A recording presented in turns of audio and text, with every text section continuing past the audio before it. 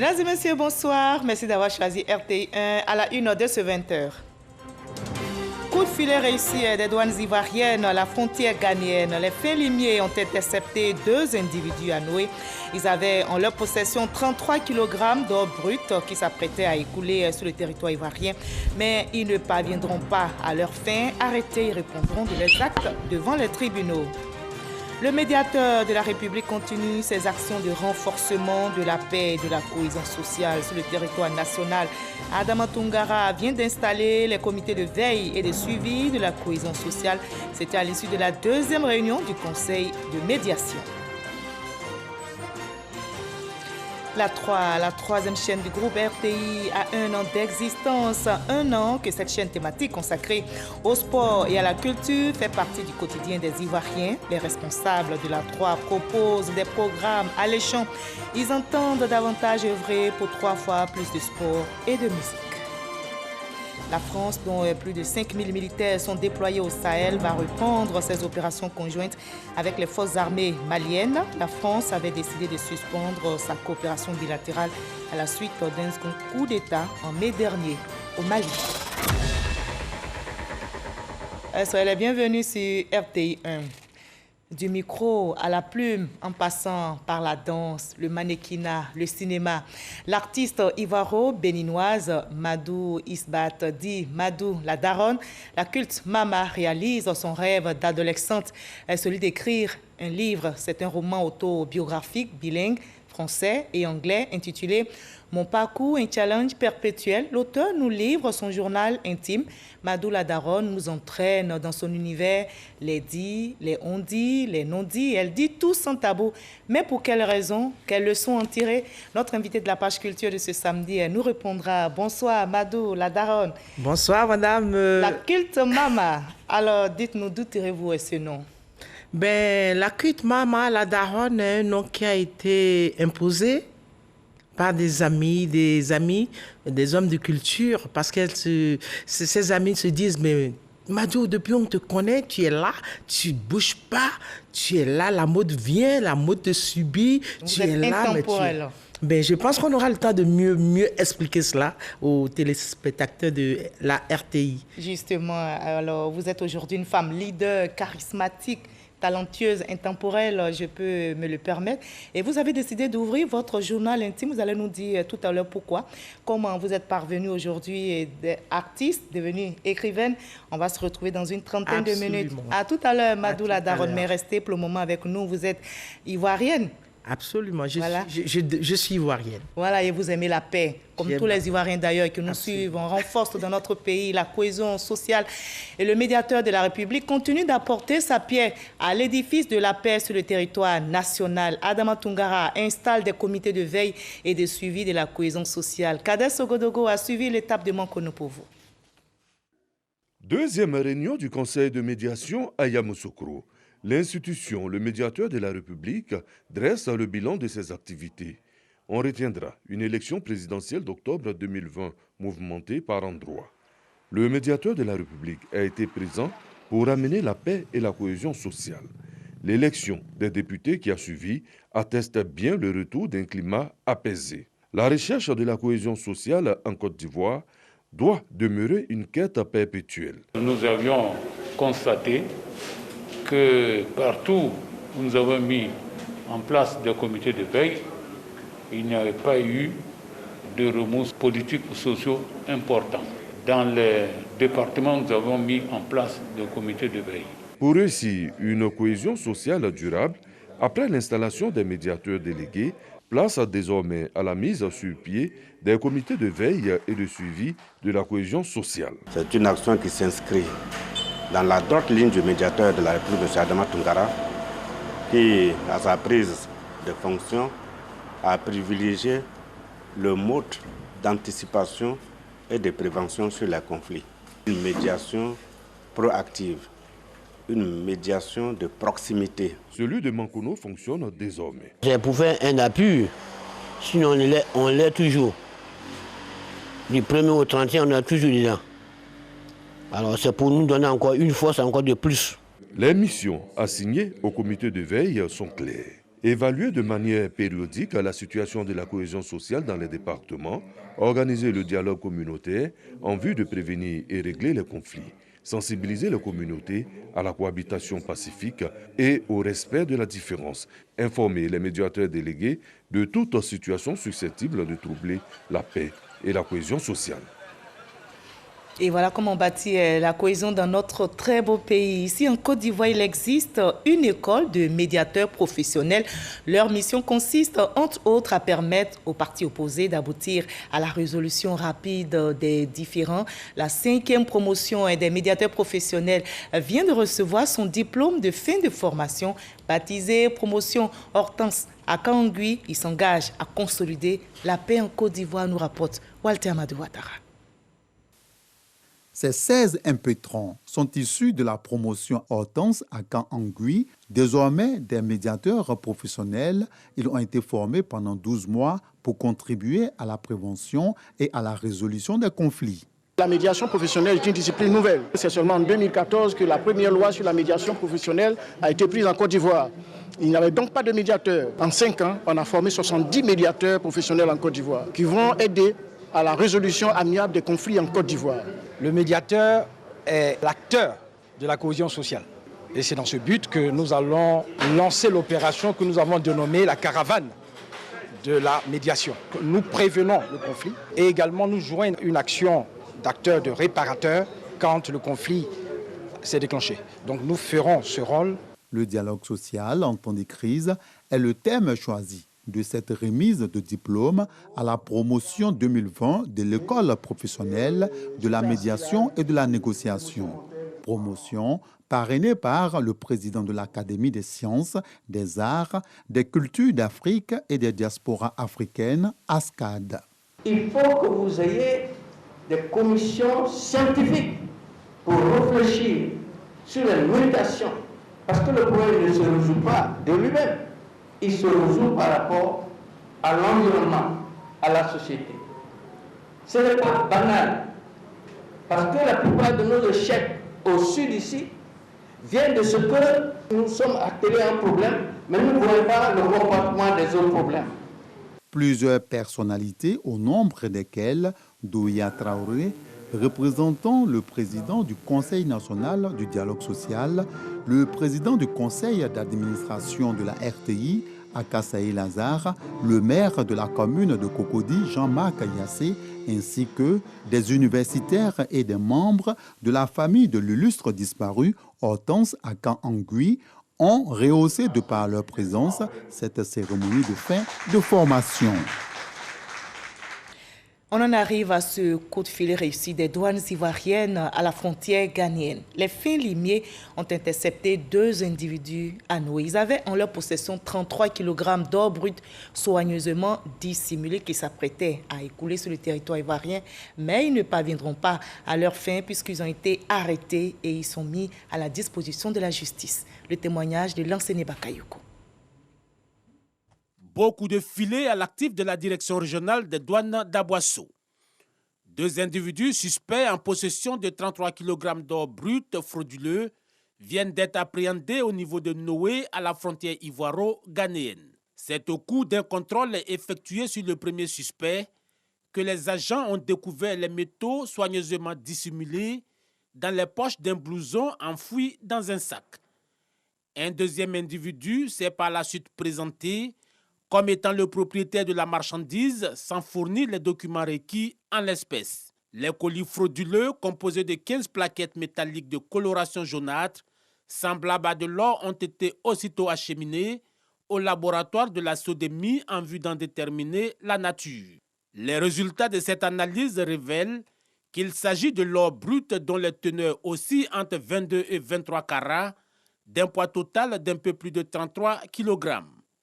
Valeur marchande, 1 milliard de francs CFA. Incapables de présenter les documents exigibles, les 2 individus et la marchandise saisie ont été mis à la disposition du procureur de la République où la procédure suit son cours. Notons que la détention et l'exportation d'or sont encadrées par une réglementation basée sur un régime de permis et d'autorisation ainsi que sur l'obtention d'un agrément dûment délivré par l'administration minière. L'appel à la vigilance est réitéré en cette saison pluvieuse. On déplore malheureusement des morts à Abidjan et à l'intérieur du pays. À San Pedro, par exemple, 2 adolescents ont péri sous les eaux. Les autorités invitent donc les populations à quitter immédiatement les zones à risque pour sauver leur vie. L'axe Dakar-Yamoussoukro se renforce. La ministre Mariatou Koné conduit une mission au Sénégal. Elle a été reçue hier par le président sénégalais Macky Sall. Ils ont évoqué les retombées de la mission d'échange et de partage d'expériences entre les ministères de l'Éducation nationale des 2 pays. La Côte d'Ivoire, qui s'apprête à organiser les États généraux de l'éducation, veut apprendre des forces du système sénégalais en vue d'une école ivoirienne performante, rayonnante. Hervé Blé est notre envoyé spécial au Sénégal. Une fin de mission au Sénégal marquée par une audience avec le président Macky Sall. C'est au palais de la présidence qu'ont été reçus Mariatou Koné, la ministre de l'Éducation nationale et de l'alphabétisation, les membres de la mission d'imprégnation de l'école sénégalaise et l'ambassadeur de Côte d'Ivoire au Sénégal, le général Touré Sékou. Audience en présence du ministre de l'Éducation nationale du Sénégal, Mamadou Talla. Avec son hôte, la ministre Mariatou Koné, le président de la République sénégalaise, Macky Sall, a évoqué la mission d'imprégnation du système éducatif sénégalais. Nous avons passé une semaine sur le territoire sénégalais pour nous imprégner de l'expérience et des bonnes pratiques du Sénégal. Et au terme de cette visite, nous avons beaucoup appris. C'est le premier pays que nous visitons et c'est une bonne manière de renforcer la coopération sud-sud. Nous n'avons pas besoin d'aller loin pour avoir un modèle. Les États généraux de l'éducation nationale en Côte d'Ivoire sont prévus à partir du 19 juillet. Ces consultations générales, qui devraient durer au moins 6 mois, visent à consolider les acquis, à améliorer la performance du système éducatif pour en faire une école de qualité. La mission est d'échange et de partage d'expériences entre le ministère de l'Éducation nationale de notre pays et celui du Sénégal a pris fin, vous l'avez entendu. La ministre Mariatou Koné s'est réjouie des bons résultats de cette mission au Sénégal, avec pour objectif s'imprégner des meilleures pratiques et apprendre des expériences réussies en matière d'éducation, formation et d'alphabétisation. On retrouve notre envoyé spécial, Hervé Bly. Une mission fructueuse. La mission d'imprégnation du système éducatif sénégalais a tenu ses promesses, se réjouit Mariatou Koné, la ministre de l'Éducation nationale et de l'alphabétisation. Elle a assisté aux côtés de Mamadou Talla, le ministre sénégalais de l'Éducation nationale, à la restitution des échanges entre les équipes ivoiriennes et sénégalaises. 8 thèmes principaux abordés au cours des travaux à Diamniadio. Nous avons pu travailler sur plusieurs sujets qui va du numérique jusqu'à l'alphabétisation, qui va de l'inclusion jusqu'à la science, jusqu'à l'installation des sciences, qui va également du mode de gouvernance au niveau déconcentré et au niveau central. Donc c'est dire que c'est une rencontre extrêmement importante pour nous, pour le Sénégal et pour la Côte d'Ivoire. Nos 2 présidents de la République ont d'excellentes relations et ces volontés politiques affirmées pour les jeunesses sénégalaises et ivoiriennes font que l'éducation nationale, ici et là-bas, doit jouer un rôle capital. Pas moins de 10 points sur lesquels la Côte d'Ivoire devrait prendre exemple dans la construction d'un système éducatif de qualité, du mérite dans la transparence et l'équité, c'est le constat de la ministre. Nous nous sommes abreuvés de l'expérience du Sénégal et tenant compte de nos réalités, en attendant nos états généraux de l'éducation nationale, nous allons déjà commencer à faire des implémentations. Le Sénégal a déjà fait ces états généraux que vous avez appelés les assises nationales. Il s'agit pour la Côte d'Ivoire de faire également des concertations nationales pour permettre un bon diagnostic qui nous permettrait d'améliorer, d'abord de consolider nos acquis, mais également d'améliorer nos performances pour faire du système éducatif ivoirien un modèle. Et comme le dit notre président, son Excellence Alassane Ouattara, nous avons pour mission de faire briller la Côte d'Ivoire en matière d'éducation nationale de qualité et non de médiocrité. La Côte d'Ivoire organise ce mois de juillet ses états généraux de l'éducation. On aborde à présent l'axe Alger-Yamoussoukro. La coopération se renforce également. Le ministère de la Jeunesse et un groupe algérien viennent de signer une convention. Cette convention devrait permettre à une vingtaine de jeunes Ivoiriens de bénéficier d'une formation et au terme être insérés dans l'une des filiales de ce groupe dans 16 pays du monde. Eugène Atoubé. Une première signature et une seconde. Portée de cet acte, l'opportunité de formation et d'emploi pour des jeunes de Côte d'Ivoire. La Côte d'Ivoire et le groupe algérien Condor Academy formalisent ainsi un programme de formation de jeunes, d'échange d'étudiants et d'enseignants dans le domaine de l'électronique. Cet accord entre les parties ivoiriennes et algériennes permettra également à ce groupe une forte présence sur le territoire national et à terme, la formation de 20 jeunes Ivoiriens en Algérie dans un partenariat gagnant-gagnant. La stratégie de l'État algérien, c'est d'aller de l'avant pour des relations intra-africaines et des échanges intra-africains. La Côte d'Ivoire s'est présentée comme une belle opportunité pour un échange win-win. La question de l'insertion professionnelle des jeunes est au cœur donc, des priorités du gouvernement. Donc, nous saluons, au-delà de la coopération sud-sud, donc cette initiative donc, de l'entreprise Condor, qui non seulement fait confiance à notre pays en venant investir ici en Côte d'Ivoire, mais qui mieux décide de donner une opportunité donc, à des jeunes Ivoiriens d'être des main-d'œuvre qualifiées pour travailler donc, dans le secteur pour lequel ils seront formés. Ces 20 jeunes seront totalement pris en charge par le groupe algérien lors de leur formation dans ce pays. Ils seront insérés dans les entreprises spécialisées dans la distribution et la commercialisation, partenaires du groupe Condor. Ce groupe, qui compte parmi les plus grandes entreprises en Algérie, est présent dans 16 pays à travers le monde. L'Institut des sciences et techniques de la communication ISTC Polytechnique vient d'abriter la 18e édition de la journée du communicateur et la 8e édition de la journée du forum des renforcements des capacités. Thème retenu pour cette année 2021, ISTC Polytechnique, semence d'entreprise. Ces journées scientifiques vont servir donc de cadre de présentation des travaux pratiques réalisés par les étudiants en fin de cycle. Noël Danyogo Jamagagi. Des pensionnaires de l'ISTC Polytechnique en pleine démonstration de leur savoir-faire sous le regard des enseignants de l'école et de professionnels de la communication et des médias. Ces étudiants en fin de cycle de licence et de master présentent les résultats de leur pratique professionnelle.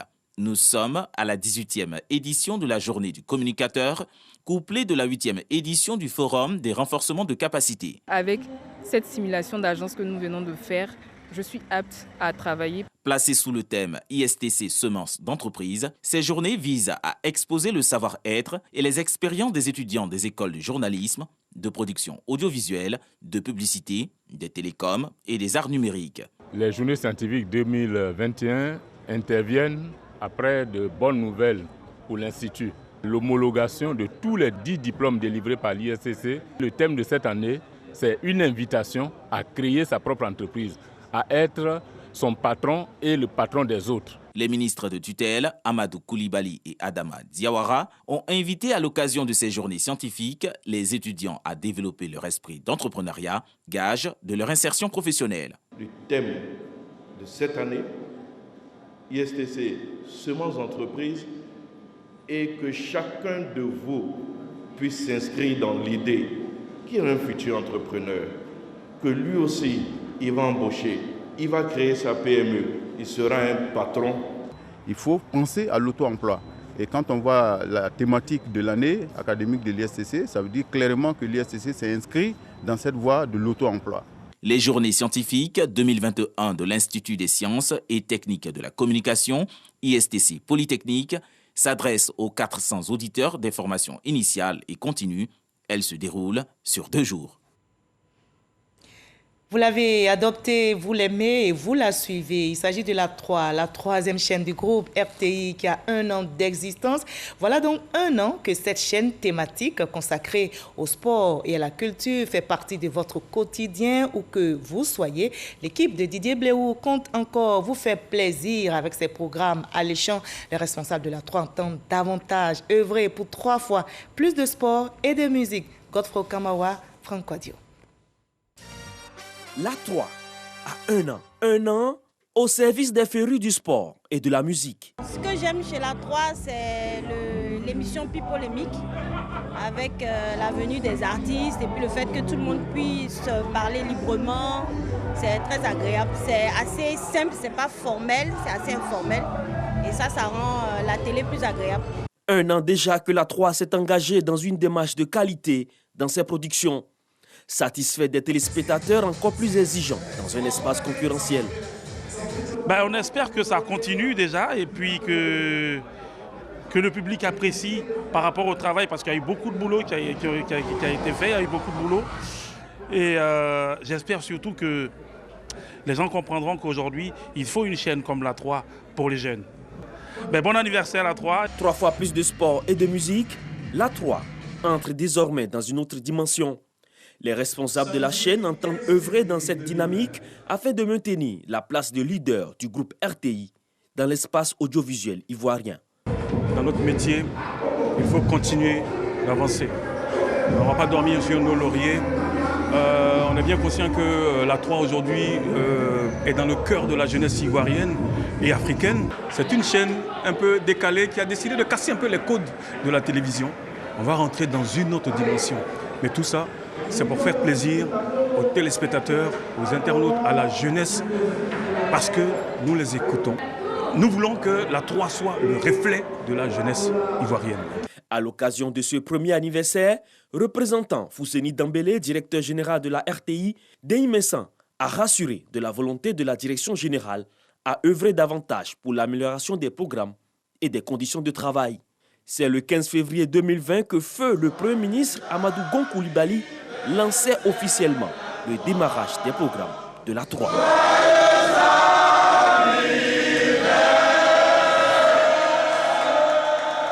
Voilà, joyeux anniversaire donc à la 3. Et le groupe RTI continuera de travailler pour votre bonheur, chers téléspectateurs.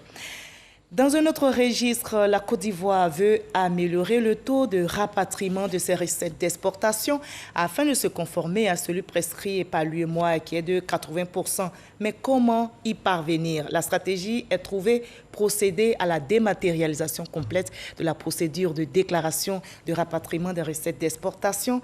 La déclaration en ligne devient ainsi obligatoire, nous rapporte Jean-Luc Bambo.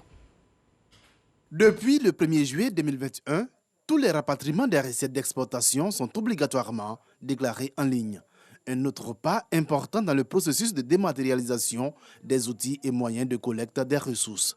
Et pour faciliter cette dématérialisation, le Comité national de suivi du rapatriement des recettes d'exportation et le guichet unique du commerce extérieur, GUS, ont développé un module en ligne. Un exportateur est appelé à ce que la devise que son exportation engrange puisse entrer de façon légale en Côte d'Ivoire. Ce sont ces besoins qui nous ont amenés à concevoir ce module. www.gusi.gov.ci, telle est l'adresse à laquelle tous les rapatriements des recettes d'exportation devront être désormais obligatoirement déclarés sur la plateforme du guichet unique du commerce extérieur. Cette fonctionnalité a été demandée par la Direction générale du Trésor et de la comptabilité publique pour permettre un meilleur suivi des flux financiers entre la Côte d'Ivoire et l'extérieur.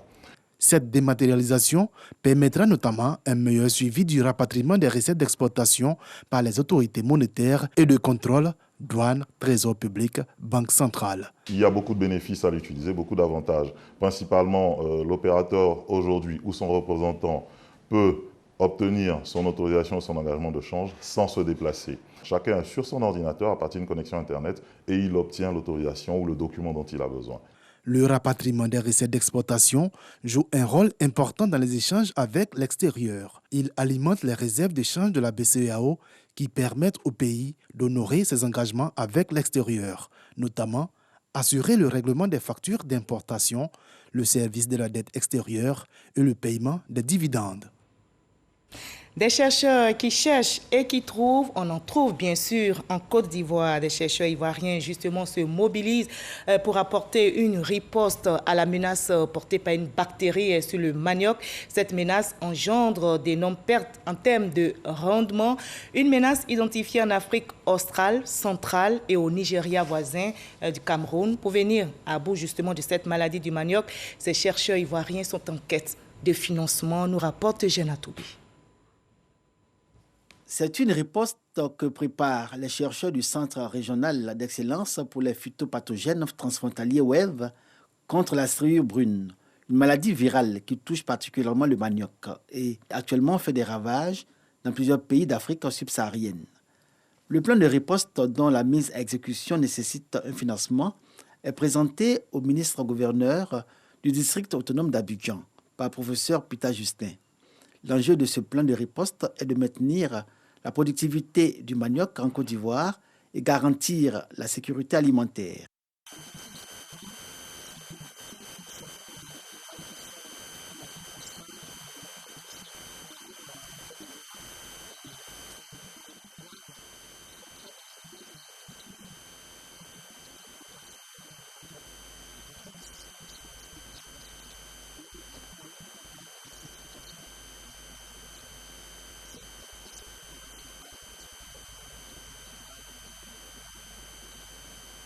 La production annuelle de la culture de manioc estimée à 169 millions de tonnes par an connaît une baisse drastique. Il faut donc craindre une hausse du prix du manioc et de ses dérivés, le manioc comme moyen d'autonomisation des femmes et au profit desquels le district d'Abidjan a construit plusieurs unités de production d'Atiéké. Le Grimambé s'engage à soutenir les chercheurs du WEV pour trouver le bouclier contre cette bactérie transportée par de petites mouches blanches et des boutures de manioc non saines appelées striure brune du manioc.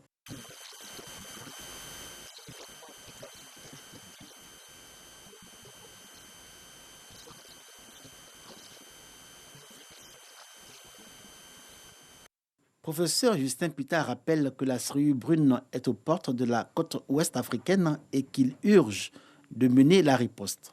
Le laboratoire du WEV lance dans cette optique une surveillance participative dans les localités de Songon, Aboisseau et Adzopé. Et sur le front sanitaire, la Côte d'Ivoire reste mobilisée contre la pandémie de Covid-19 qui frappe le monde. Voyons les chiffres du jour dans notre pays.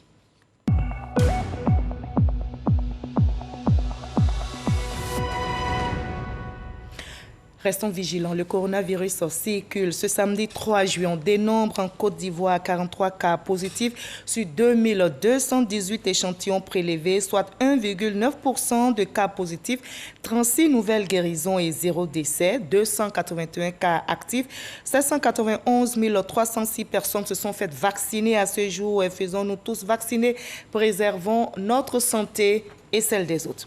Et la France, qui combat aussi le coronavirus, annonce la reprise de ses opérations conjointes avec les forces armées maliennes. Elle compte plus de 5000 militaires déployés au Sahel. La France avait décidé, je rappelle, de suspendre sa coopération bilatérale avec le Mali à la suite d'un second coup d'État en mai dernier. Et cette annonce intervient à l'issue de consultations avec les autorités maliennes de transition et les pays de la région. Et nous sommes samedi, place à l'instant culture de ce 20h.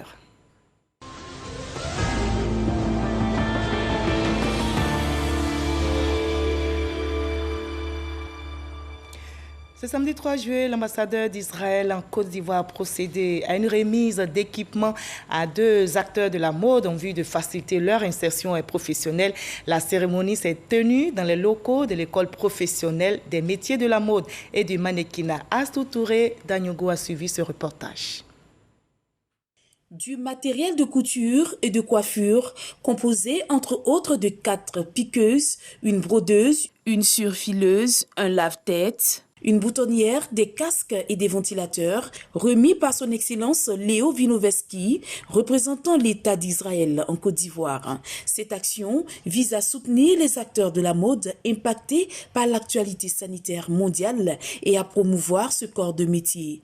Un acte de générosité au bénéfice de 2 acteurs de la mode, dont Étienne Marcel, grand nom de la haute couture ivoirienne qui signe son retour définitif en Côte d'Ivoire après plus de 10 années passé au Cameroun. C'est le retour pour le bon. Je suis parti pour un salon et puis après le salon, je me suis dit bon, pourquoi pas avoir un pied là-bas parce que les Camerounais aimaient bien ce que je faisais. Je suis complètement surpris, ébahi, tout et tout. Les mots me manquent. C'est vrai qu'on aide les gens, mais on n'attend pas un retour. Maintenant, si le retour se fait, bon, ça fait vraiment plaisir. Le matériel va vraiment m'apporter beaucoup de joie pour m'équiper, encore pouvoir travailler mieux, davantage. Ce geste d'amour et de solidarité est salué à sa juste valeur par Fatim Sidimé, promotrice de mode. Pour nous autres, les mannequins de l'ancienne génération, il a été un mentor, il a été un conseiller, il a été un père. Et donc, l'école a voulu lui remettre des équipements pour qu'il puisse s'installer en Côte d'Ivoire. Ce sont des dons d'une valeur de plus de 2 500 000 francs CFA pour équiper des grands talentueux. Issu d'une famille de couturiers, l'ambassadeur Léo Vinoveski salue la noblesse des métiers de la mode et s'engage à les accompagner. J'aime la mode et pour une question familiale, je voudrais soutenir différentes initiatives, comme l'initiative de Mme Fatim et d'autres initiatives aussi, parce que je vois le haut niveau que vous avez ici dans la mode, dans la Côte d'Ivoire, dans l'Afrique de l'Ouest, et une mode magnifique. À son tour, l'ambassadeur d'Israël en Côte d'Ivoire a également reçu des prisons. On en arrive à l'entretien avec notre invité de la page culture. Je vous retrouve avec plaisir, Madou, la daronne, la culte, Mama. Ouais. Alors, je rappelle que vous êtes une artiste chanteuse ivoiro-béninoise. Votre mari est ivoirien. Vous vivez en Côte d'Ivoire depuis plusieurs années. Ouais. Alors, vous venez de publier votre première œuvre littéraire pour parler de votre vie. Il est intitulé Mon parcours. Le livre est intitulé Mon parcours, un challenge perpétuel. Alors, vous décidez de parler de votre journal intime. Ouais. Pourquoi ouvrir votre journal intime au lecteur, au public? J'ai voulu partager ma vie avec le public, juste pour tirer sur la sonnette d'alarme, comme je le dis. Vous savez, je suis chanteuse aujourd'hui. Pourquoi tirer la sonnette d'alarme? La grande artiste Madou la daronne. Bien sûr. Décide de tirer la sonnette d'alarme. Oui, parce qu'aujourd'hui, je suis une dame, je suis dans mon foyer. Ça va, mais avant d'être dans mon foyer, il s'est passé beaucoup de choses. Beaucoup de choses pas vraiment avantageuses pour la jeune génération. Parce que quoi qu'on l'accepte ou non, il faut laisser des empreintes, il faut laisser des preuves, des écrits, il faut poser des actes pour que les autres ne fassent pas les mêmes. Donc on ne commette pas les mêmes erreurs que vous avez commises par le passé. Donc c'est ça vraiment qui m'a poussée, parce qu'en tant que jeune fille, vous savez, à l'époque, notre journal intime est notre secret. C'est votre confident. On raconte tout dedans, on raconte tout dans le journal intime. Et à un moment donné, quand j'ai commencé les choses, j'ai commencé vraiment la chose culturelle, parce que il faut le dire, avant à l'école, j'ai fait les études, j'ai commencé la musique à l'école, au CMG Bégamin, et il y a des choses qui se disent sur ma personne. Dans des choses, il y a eu des on-dit, il y a eu des non-dits. Alors j'ai décidé de tout dire. De tout dit dans votre ouvrage, on va regarder un résumé, un pan, comme notre confrère Jean Magagui, il a été impressionné par votre ouvrage, il a suivi la dédicace que vous avez réalisée ici en Côte d'Ivoire, après le Bénin. Oui, c'était sur l'égide du consulat, du consul honoraire du Bénin en Côte d'Ivoire. On va regarder un peu et puis on va en reparler par la suite. Après plus de 30 ans de parcours artistique, jonché de succès et d'obstacles, l'artiste ivoiro-béninoise Isbat Madou la daronne, revient sur les étapes de sa vie. À travers son premier récit autobiographique, Mon parcours, un challenge perpétuel, l'auteur nous présente les réalités sociales, les faits vécus dans le milieu du showbiz. Pour les acteurs littéraires, ce roman est une référence pour la jeune génération. À travers cette œuvre, l'auteur réalise un rêve d'adolescente, une exhortation au courage et à la persévérance. Mon parcours, un challenge perpétuel, des histoires inédites qui se comptent en plus de 150 pages. Une œuvre disponible également en version anglaise. Aujourd'hui, l'artiste a 7 albums à son actif.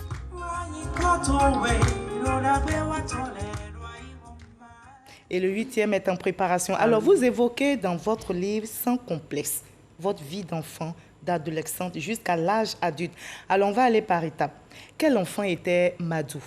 Respectueuse? Très respectueuse, mais têtue. J'étais vraiment... j'étais une petite têtue. J'étais vraiment... Mais respectueuse? Très. Parce que l'éducation que nous recevons au Bénin, excusez, tu n'as pas le temps de... Tu ne peux pas ne pas être respectueux. L'éducation que nos parents nous donnaient au Bénin, en tout cas. D'accord. Et donc, quel souvenir précieux gardez-vous de cette enfance qui vous a marqué, surtout la relation avec votre père? Moi, j'ai été, comme je disais tantôt, une enfant... Enfin, j'étais vraiment agitée. J'étais un enfant casse-tout. J'affrontais tout. Alors, même votre père? Mon père n'aimait pas ça du tout.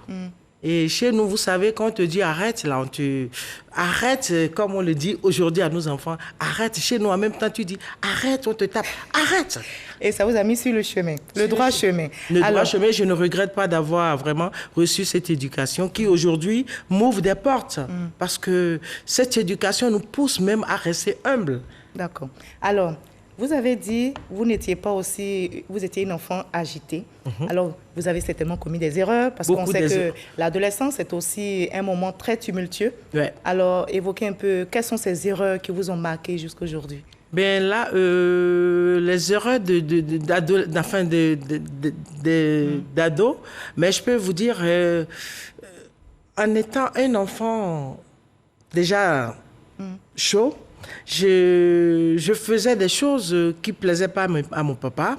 Je le défiais. Vous chantiez, vous dansiez, vous faisiez le mannequinat, vous avez je sortais en cachette en fait. Je sortais en cachette et puis les parents, surtout papa, ils ne supportaient pas. Et c'est maman qui prenait les pots. Parce que papa voulait que vous continuiez vos études. Absolument. Et j'ai vraiment regretté qu'aujourd'hui la musique ait pris le dessus. Je ne regrette pas d'avoir choisi ce chemin, mais j'aurais voulu vraiment rajouter... Continuer les études. Et vraiment arriver à ce que mon papa voulait. Vous êtes arrivé à... Oui, mais je n'ai pas pu avoir le bac quand même. Je suis cogné la tête. Mais ce n'est pas parce que je ne suis pas intelligente. Hein. Mais parce que la passion a pris le dessus. Bien sûr. D'accord. Alors vous regrettez aujourd'hui de n'avoir pas écouté papa, hein? Vous l'avez dit. Oui, je regrette un peu, mais je ne regrette pas ma vie d'aujourd'hui, non, pas du tout. Alors, comment êtes-vous parvenu à imposer votre passion pour l'art à votre père, à votre famille en général? Vous savez, je suis issu d'une famille musulmane et il y a une rigueur là, vraiment, on dit une fille musulmane ne doit pas chanter et puis ça ne doit pas se passer comme ça, c'est les études, c'est carré en fait. Et il y a eu, dans mes défis, un concours national. Et j'ai été parmi les 3 lauréats. Et cette date-là? C'était en 93 au Bénin. Et puis, l'État, c'était un concours organisé par l'État béninois, le ministère de la Culture de l'époque. Et j'étais parmi les 3 lauréats. Et le résultat était de nous faire un album. Un album, 2 chansons par lauréat. Et j'ai composé une chanson. Sur la paix? Sur la paix. Qui a conquis votre père? Vraiment, qui a touché mon père, qui a touché le peuple béninois, qui a touché le club jeunesse. Un bout de cette chanson. Pardon? Un bout de cette chanson. Nous n'ayons nous bois, maoula mewede, fifana bioto de meon. Un chant sur la paix. Voilà. Oh, c'est tellement beau à entendre. Malheureusement, on est obligé de continuer l'interview. Alors, c'est un chant qui marque encore le peuple béninois et même jusqu'à ce, parce que cette chanson date quand même depuis... Ça existe depuis plus de 25 ans. Et quand vous avez remporté le prix... Le prix de la paix, mon papa s'est tapé la poitrine et dit voilà, c'est mon enfant. Voilà. Alors, Madou La Daronne comptabilise plus de 25 ans de carrière musicale exceptionnelle, vu le parcours jalonné de succès avec les nombreux prix glanés. On ne va pas tout citer ici, mais on dit que la vie n'est pas toujours un fleuve tranquille. Alors, dans le showbiz, il y a également des erreurs commises et vous voulez qu'on en tire des leçons, surtout pour ceux qui voudraient embrasser la carrière comme vous. Je voudrais... Surtout moi, je passe plus aux jeunes filles, je pense aux femmes. Je me dis que les femmes chanteuses, les jeunes générations surtout, doivent comprendre qu'on ne vient pas là parce qu'on a échoué. On ne vient par conviction. On vient parce qu'on aime la chose. On vient parce qu'on a envie de le faire, on le sent, on le porte dans son âme. On ne vient pas... Être artiste, c'est un métier noble. Ouais. L'art, la culture, c'est un métier noble qu'il faut savoir en gérer, respecter. Alors, je voudrais demander à la jeune génération, de ne pas penser qu'on peut avoir du succès facilement. Il ne faut pas suivre... Donc, non à la facilité. Non, vraiment, parce que dans le milieu, il y a tout. Hein. C'est un milieu, on ne peut pas tout dire sur la télé, mais c'est un milieu assez vicieux. Alors, il faut vraiment faire attention. On sait vraiment qu'avec le talent, la chance et les moyens, c'est sûr que le succès suit. Aujourd'hui, ce n'est pas facile. Alors, il ne faut pas voir parce que c'est difficile. Faut oser, faut foncer. Alors, on va terminer par l'image de ces deux tableaux que je vous présente parce que vous l'avez évoqué dans votre ouvrage. Le tableau des défauts, le tableau des qualités. Rapidement, quelques secondes, vous mettez quoi dans le tableau des défauts? Défaut, je suis hyper têtu. Je ne recule devant rien. Je n'ai pas peur, j'ai plutôt honte. Je ne sais pas si c'est un défaut. Mais c'est un bon défaut. C'est un bon défaut. En tout cas, moi, je suis entière et je vais jusqu'au bout. Et je sais, comme on dit, je sais respecter mes droits, je sais faire respecter mes droits. Alors, dans la case des qualités, vous pensez que vous allez avoir un autre mot? Dans la case des qualités? Je pense, oui. Un mot? Oui, je pense...